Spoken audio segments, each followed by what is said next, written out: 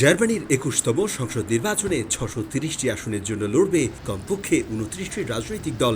জনপ্রিয়তার বিচারে দেশটির বর্তমান প্রধান বিরোধী দল Christian Democratic Union CDU ৩০%, chancellor Olaf শলসের Social Democratic Party ১৬%, vice chancellor Robert হাবেকের গ্রিন দল ১৪%, উগ্র জাতীয়তাবাদী ও ডানপন্থী দল Alternative for Deutschland AfD ২১%, Die Linke ৮%, Christian লিন্টারের ফ্রি ডেমোক্রেটিক পার্টি এফডিপি ৪.৫% ভোট পেতে পারে বলে আভাস দিচ্ছে সাম্প্রতিক সময়ে করা নানা জরিপ ও গণমাধ্যমের পলিট ব্যারোমিটার।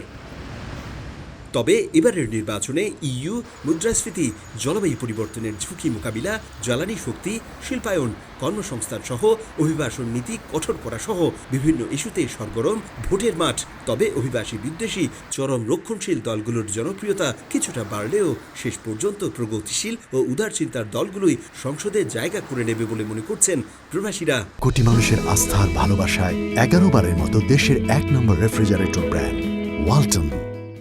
বাংলাদেশ থেকে অনেক অভিবাসন প্রত্যাশী, তারপর হচ্ছে স্টুডেন্ট, তারপর বিভিন্ন স্কিল্ড ওয়ার্কার ওরা এসেছে।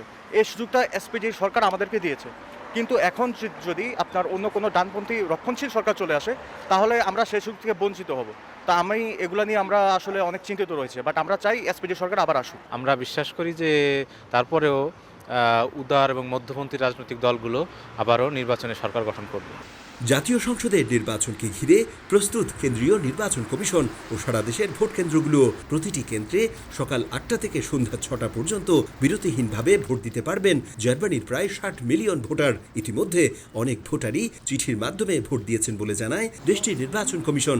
নির্বাচনে সব ধরনের সাইবার হামলা ঠেকাতে ও অপ্রীতিকর ঘটনা এড়াতে প্রস্তুত দেশটির কয়েক হাজার আইনশৃঙ্খলা বাহিনীর সদস্য।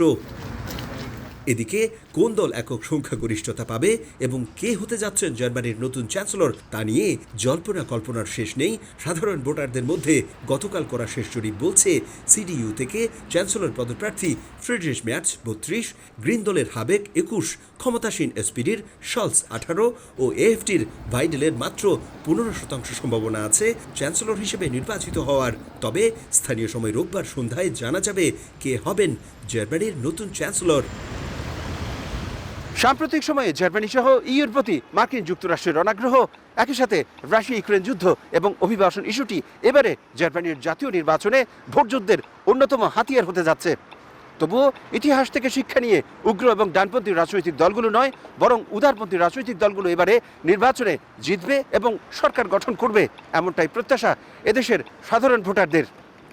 জার্মানি থেকে বিটু বড়ুয়া, সময় সংবাদ।